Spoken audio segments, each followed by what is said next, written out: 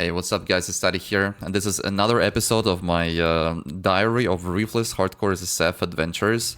This time after day 8 plus 9, after 2 days, video summary. So my character is level 88, getting closer to level 89, 69% towards level 89. Check out the slash plate, is exactly 3 days already. Exactly 3 days and 9 days, okay. Slash kills. Exactly 300,000 monsters. Alright, some round numbers, that's nice. So my damage got upgraded because I found most of the best support gems I can use for my main skill. I have elemental damage with attacks, minion damage support, consecrated effect support, and volatility. I still don't have fresh meat support or other crit chance supports, so that's something to work for later. So I didn't really spec into any crit chance on tree yet either. So damage-wise, it becomes better and better. Also, my bow is the same as in previous episodes. Still double tier 3 elemental damage prefix bow.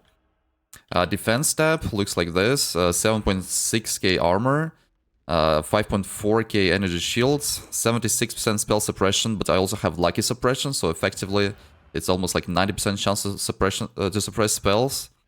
Resistances are way too overcapped actually. Like 125 plus all res, 61 chaos res. So defenses are at a decent state, even though the only defensive aura I found so far was just Defiance Banner. So no Determination, no Grace, nothing like that. I finally started using the Enduring Cry tag. Enduring Cry linked to Call to Arms and Life Tap, so that it doesn't consume my mana. I also had to spec into some Warcry nodes on my tree for this, Warcry Mastery for minimum power. So that provides me 3 additional endurance shards permanently, and also quite a lot of life regen and another additional physical damage mitigation from the Warcry buff. Atlas tree progression and Atlas progression in general. So after 2 more days, already 88 completed maps. There's been some really great, crazy progression through the red tier maps already. I completed a couple of tier 16 maps, tier 15, tier 14 maps. Yeah, a lot of all the tier 11 maps actually completed, and most of the tier 12 too. So Atlas progression has been really great lately. Here's how my Atlas tree looks like. So in previous episodes, I said that I wanted to count how many Harbingers do you actually get in maps, because it felt like that I'm not getting enough Harbingers. So on tree I expected all Harbinger nodes, and this is 14% chance to get Harbinger in each map. And here are the results. I ran 98 maps and I got 14 Harbingers. So turns out this is exactly how many Harbingers you would expect from 100 maps, with 14% chance to get it. So that works properly, that's good to know. So yeah, Harbinger's also been quite helpful in progressing Atlas tree. I got some Harbinger orbs, some Horizon orbs, so this way I was getting more and more new maps. And finally, I managed to get most of the nodes I wanted on Atlas tree. I took all the middle... by the way, let me turn off Call to Arms, yeah, this war cries. We're gonna pause them for the time being. I took all the middle wheel here. It gives pack size in Ruthless, unlike in non-Ruthless, which gives quantity, right?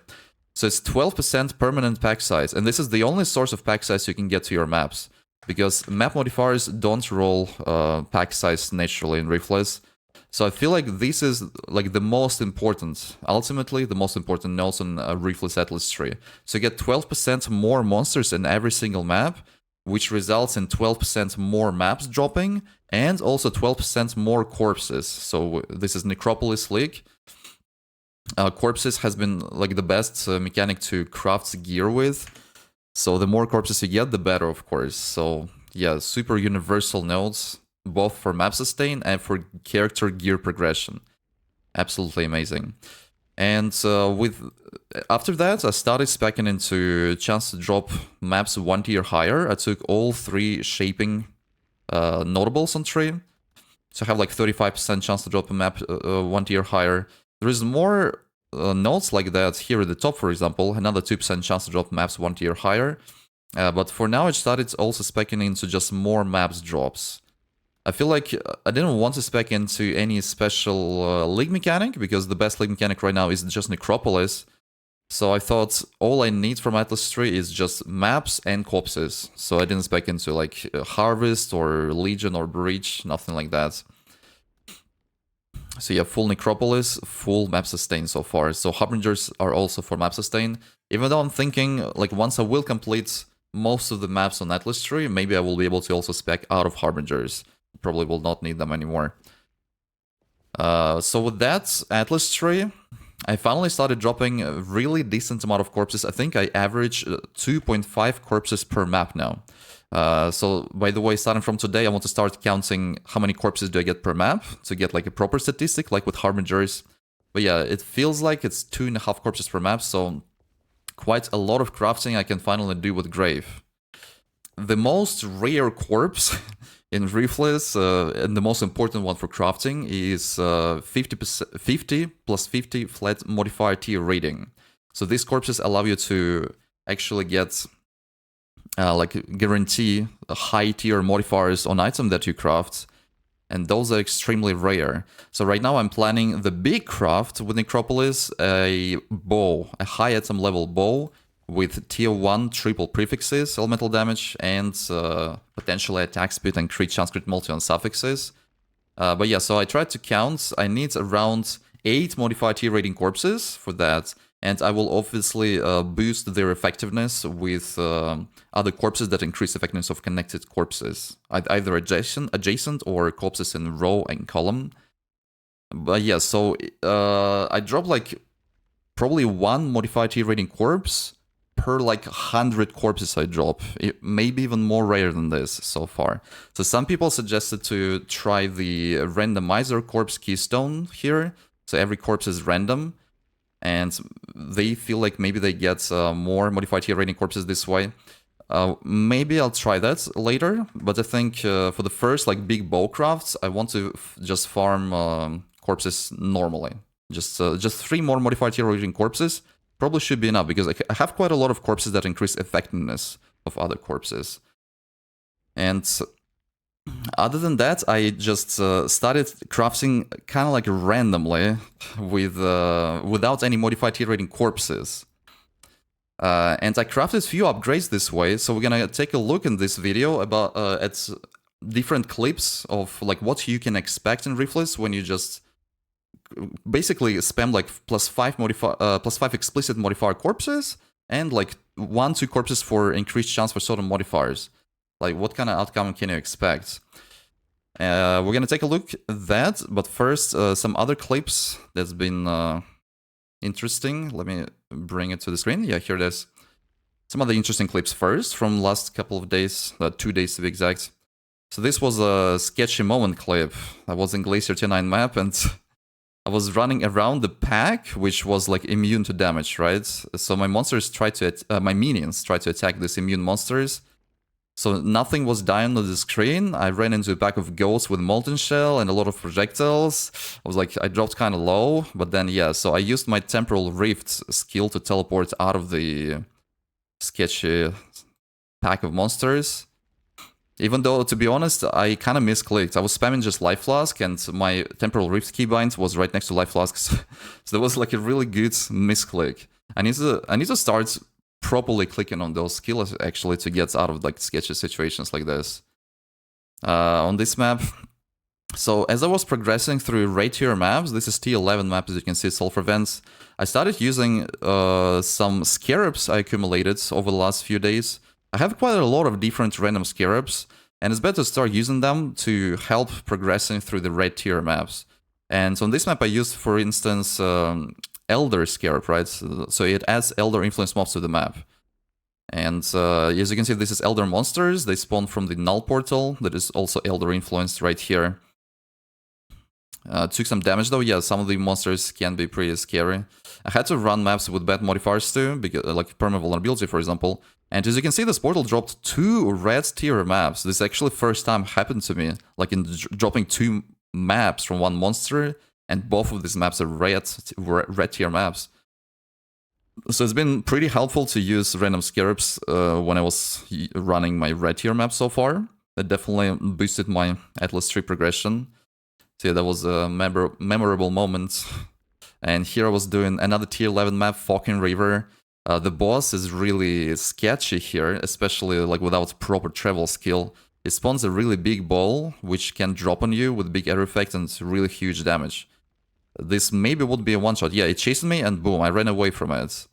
But yeah, so my damage was good, so I needed to only do like one loop over the arena, and the boss is dead now. Bam. But yeah, so like this ball spawns, I had to press my Quicksilver Flask and try to run fast as soon as I noticed that. And it almost hit me actually, because you can see that my minions right next to me, they did get hit by this ball, like my elemental relics. Oh, sketchy. I don't know if that would one-shot me or no. This is another dump tap clear session. I keep getting some decent items from that this time. So yeah, I was looking for helmets and then gloves. That's how I like sorting my dump tap. Identify helmets, and bam, such gloves identified. Tier 1 82 life, 41 fire res, 45 lightning res, and 5% spell suppression. Well, for Ruthless standards especially, really great gloves. I didn't end up using them because I grave crafted, in my opinion, slightly better gloves than these. But yeah, I wanted to highlight that we still pick up nice items from the ground. So here I got my very first, let's see, I'm opening next map. And there it is, final pack spawns Nameless, Seer, and Death. I got my first Nameless Seer. This is NPC that sells you one unique item. But this is sadly only tier 5 map. I was spamming that to try to get white tier Kirik mission for scouting reports. And let's see what kind of rewards I got from him. There it is. This is Nameless Seer. It had, how many? 6 unique items in tier 5 map. And yeah, I mean, all of these uniques were not that great. The only one was somewhat useful for me was actually Bramblejack. It's like level 1 unique armor. It's gonna be really nice to use it for like mule characters for some gems, because it makes you pretty much immune to damage from Roas and from Brutus, for example. I will need to do some Brutus runs in order to get more Mirror Arrow skill gems for the lab runs to convert them into Mirror Arrow of Prismatic Clones.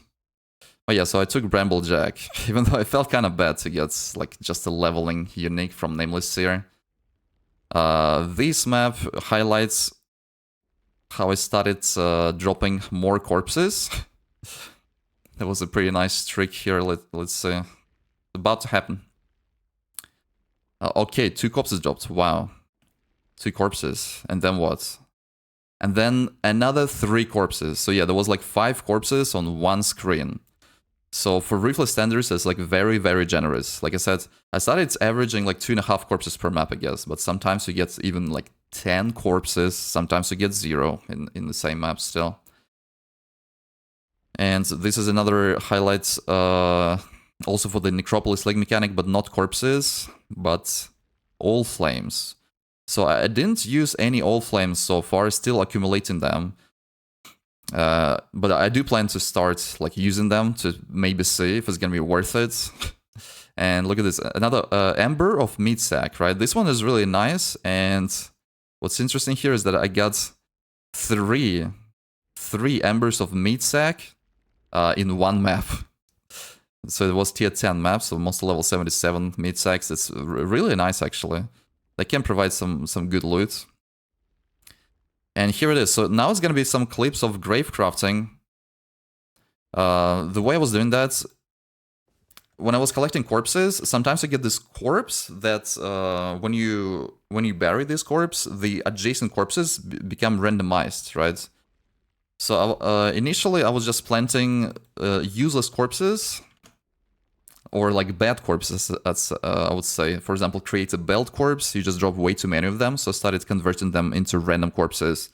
Also, +1 explicit modified corpses, you just get too many of them, so I started using them too, as a randomizer corpse. And chance to not consume corpses, I also don't really plan to like build around them, so I was converting them into random corpses. And yeah, sometimes, so I never got a +50 modified tier rating this way so far, after using like 15 randomizer corpses, so it's 15 times 5, like 75 random corpses basically. So yeah, modified tier rating corpse is still really rare. And I needed to upgrade my gloves and ring. I think my gloves and one ring was like the worst pieces of gear. So let's take a look at just different crafts I wanted to show what you can expect. So basically I was getting +5 explicit modifier everywhere, no modified tier rating, and some random like increased chance for different modifiers. So here's Fire, Cold, Chaos, Life, attack modifier scarcer. So I decided to craft gloves. Yeah, so we're gonna start skipping this. So yeah, gloves, I got tier 1 life, tier 1 life region, and 2 solid resistances, for example. That was pretty lucky. Next clip, another craft, just +5. Yeah, I'm crafting Chaos Resist Ring, +5 modifier tier rating, and chance for life modifiers, for resistance modifiers, for attribute modifier.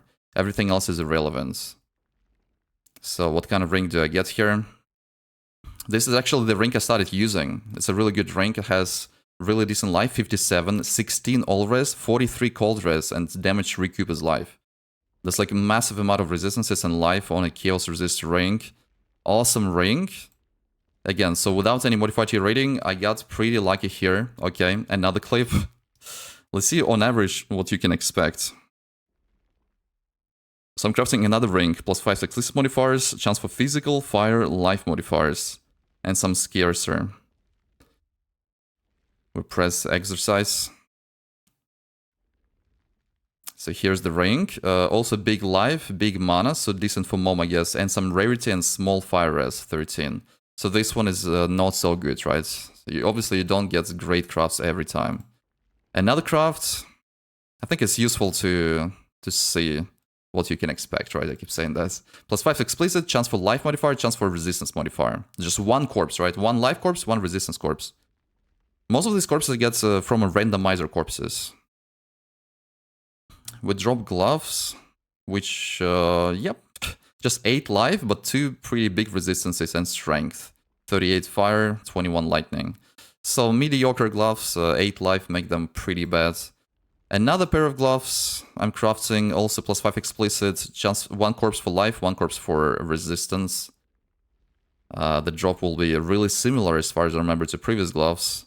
Yeah, 12 life, also super low, and fire and lightning resist, 38-24, like really similar. Another clip, this is even less investment here.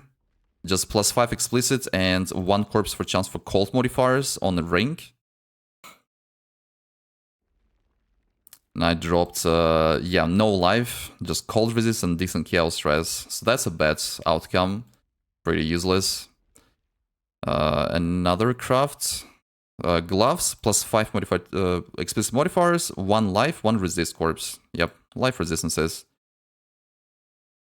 Is that gonna be the gloves I will use in the end? No, not this. Okay, 71 life, 16 rarity, 6 chaos res. So almost no resistances. Not good. So I think this is gonna be the gloves then. Yeah, 1 life corpse, 1 resistance corpse, scarcer attributes, 6 explicit modifiers. We're crafting dragon scale gauntlets.